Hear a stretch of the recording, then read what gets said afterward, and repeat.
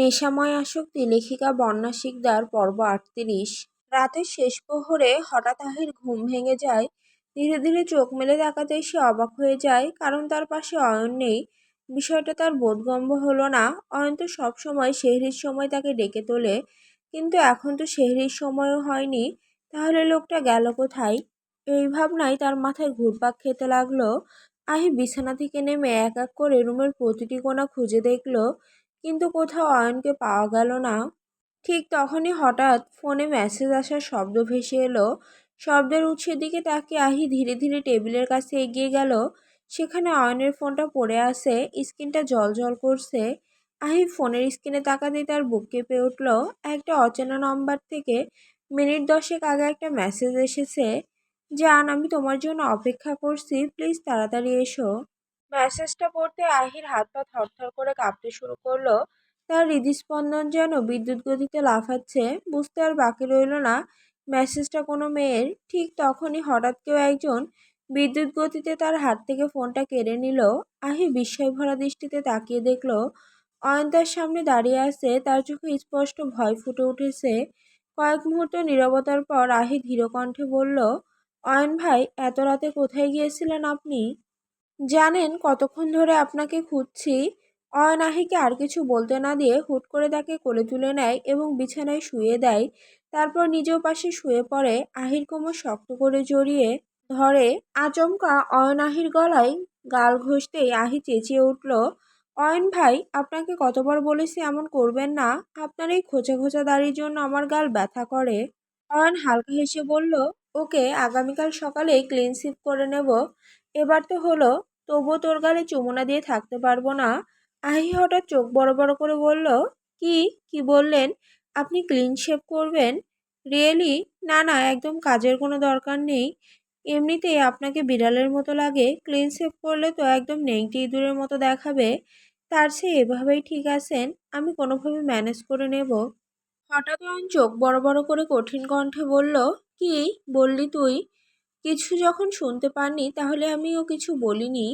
অয়ন ভ্রকুচকে বলল, তুই আমাকে বিড়াল বলেছিস? আমি কান দিয়ে স্পষ্ট শুনেছি।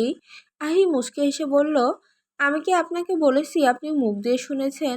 বাই দ্য ওয়ে, আপনি কোথায় গিয়েছিলেন সেটা আগে বললেন।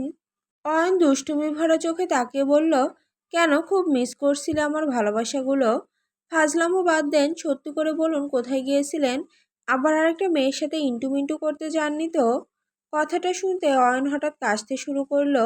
কিছুক্ষণ পরে নিজেকে সামলে নিয়ে বড় বড় চোখ করে তাকিয়ে বলল, সি, এমন পচা কাজ আমি করব কেন? ঘরে বউ থাকতে আরেকজনের কাছে যাব? No never.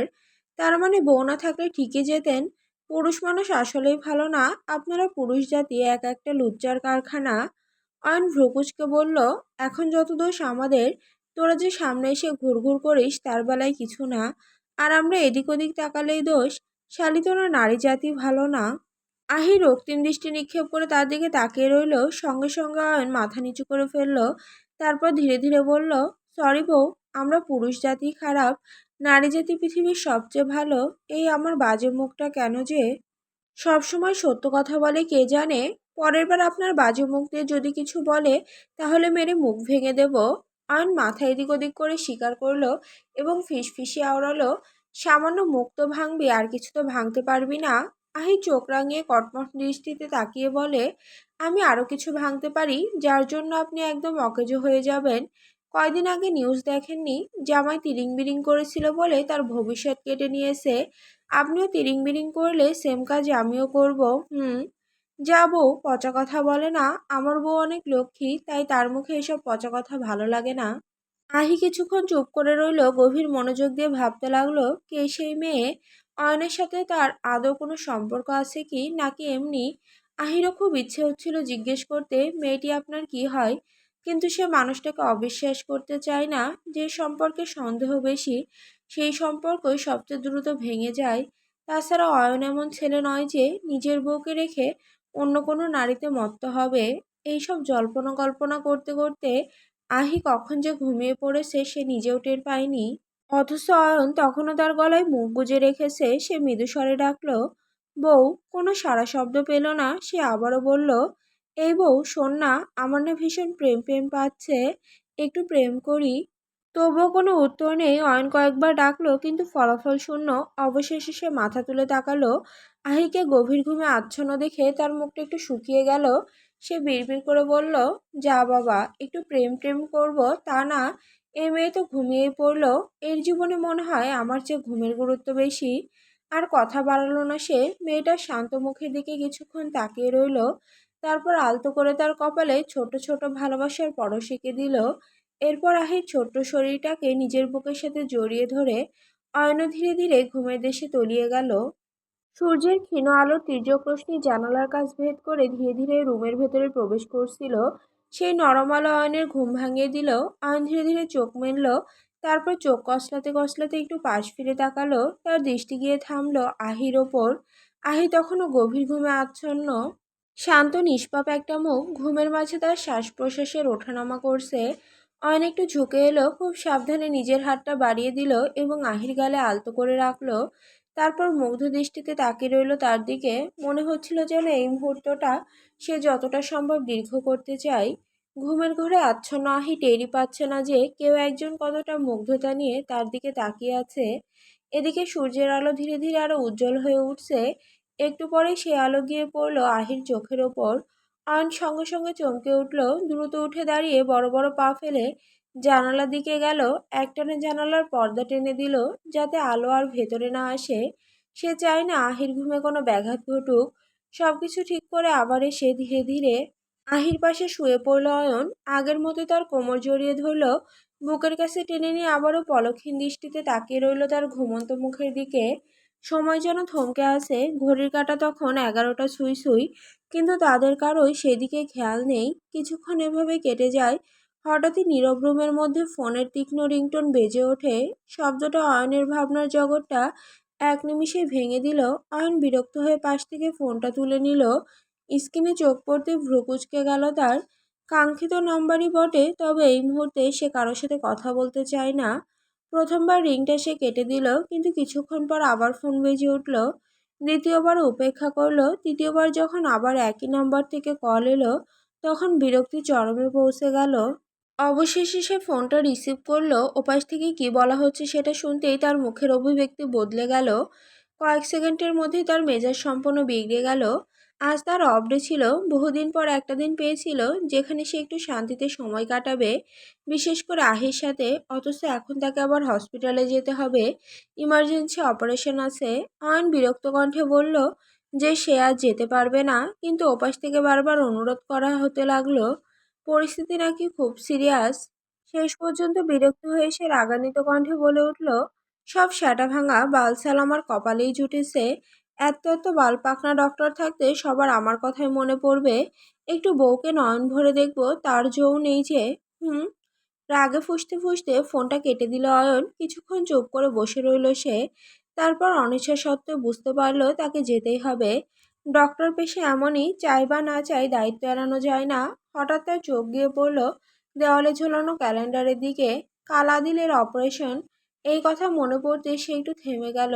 এমনিতেই আজ হসপিটালে যাওয়ার দরকার ছিল কিছু প্রস্তুতি নেওয়ার জন্য।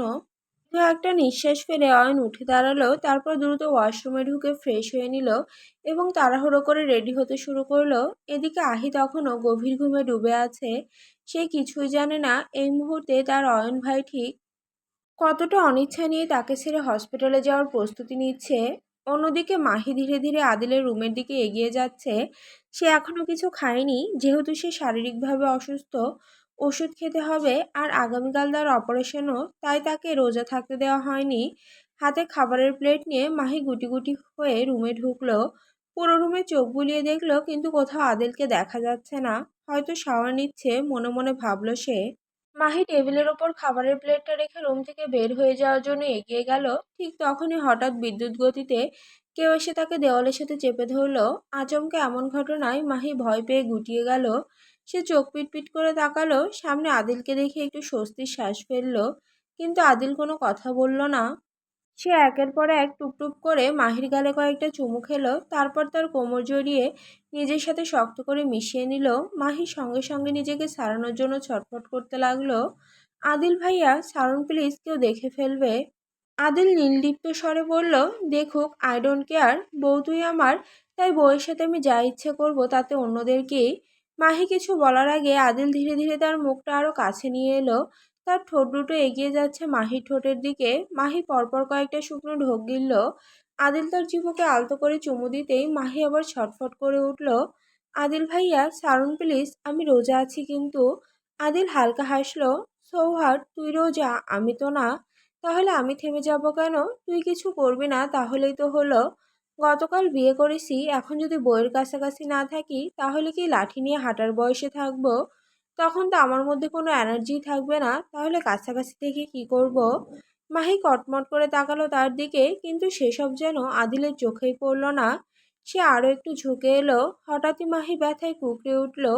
সঙ্গে সঙ্গে আদিল থেমে গেল। উদ্বিগ্ন কণ্ঠে জিজ্ঞেস করলো, কুইন, কি হয়েছে? মাহি কষ্টভরা গলায় বলল, শরীর ব্যথা করছে। এখনো মেডিসিনে কাজ হয়নি কোনো? শালা কি আমাকে ডেট ওভার হওয়া মেডিসিন দিল নাকি? আচ্ছা ওয়েট কর, আমার কাছে অন্য মেডিসিন আছে, ওটা খেয়ে নে। মাহি বিরক্ত চোখ মুখ কুঁচকে বলল, হ্যাঁ আমি তো বসে আছি শুধু মেডিসিন খাওয়ার জন্য। টর্চার করার সময় মনে ছিল না এখন এই ব্যথার জন্য নাকি রোজা ভাঙবো? সরুন আপনি। আদিল একটু হেসে বলল, এটা টর্চার নয়, ভালোবাসা ছিল, ভালোবাসা। বাই দ্য ওয়ে, অনেক ব্যথা করছে কুইন। মাহি মাথা নেড়ে সম্মতি দিল। আদিল একটু নরম হয়ে বলল, একটু সহ্য করে নে কুইন, দেখবি ধীরে ধীরে সেরে যাবে। মনে হয় অনেকটা ব্যথা দিয়ে ফেলেছি, তাই না? মাহি রুম থেকে বের হওয়ার চেষ্টা করলো, কিন্তু ঠিক সেই মুহূর্তে আদিল তার হাত আঁকড়ে ধরল। Sorry queen, I am really really sorry. Mahi কটু স্বরে জিজ্ঞেস করলো, সরি বললেই কি ব্যথা কমে যায়? আদিল ঠোঁটের কোণে হালকা বাঁকা হেসে ধীরে ধীরে আওড়ালো, ওকে ফাইন, গতকাল রাতে তোকে কষ্ট দিয়েছি, আজ রাতে না হয় আমাকে কষ্ট দিস, তাহলেই তো সেম সেম হয়ে যাবে, তাই না? মাহির আগে দৃষ্টিতে তাকিয়ে রইল। হঠাৎ আদিল পেছন থেকে ধীরে ধীরে তাকে জড়িয়ে ধরল। ফিসফিস করে আওড়ালো, কুইন, একটা কথা বলি। মাহির মন মুহূর্তেই গলে গেল। প্রিয় মানুষটার ছোট্ট একটি বাক্যই সব অভিমান উধাও হয়ে গেল। সে ধীরে ধীরে মাথা নত করে বলল, বলেন। কালকে যদি আমি আর ফিরে না আসি, নিজেকে কষ্ট দিস না প্লিজ। জানিস তো নিয়তি বলেও কিছু একটা আছে। ভাগ্যে না থাকলে আমরা কখনো একসাথে থাকতে পারবো না। মাহির চোখ থেকে অশ্রু গড়িয়ে পড়ল। এই কথাটা ভাবতেই তার বুক কেঁপে ওঠে। আর আদিল কত সহজভাবে এই কথা বলল, সেটাও তার হৃদয়কে আরো ভেঙে দিল। মাহি আর দাঁড়িয়ে থাকতে পারল না। নিজেকে ধীরে ধীরে আদিলের কাছ থেকে ছাড়িয়ে দৌড়ে রুম থেকে বেরিয়ে গেল। তার যাওয়ার দিকে অপলকভাবে আদিলে তাকিয়ে রইল। মেয়েটাকে কষ্ট দিতে চাইছে না, কিন্তু ভাগ্যের বাহিরে সে কিভাবে যেতে পারে? জানা নেই কাল কি হবে তার সাথে। তবে সে বাঁচতে চায়, নিজের জন্য না হলেও মেয়েটার জন্য সে বেঁচে ফিরতে চায়।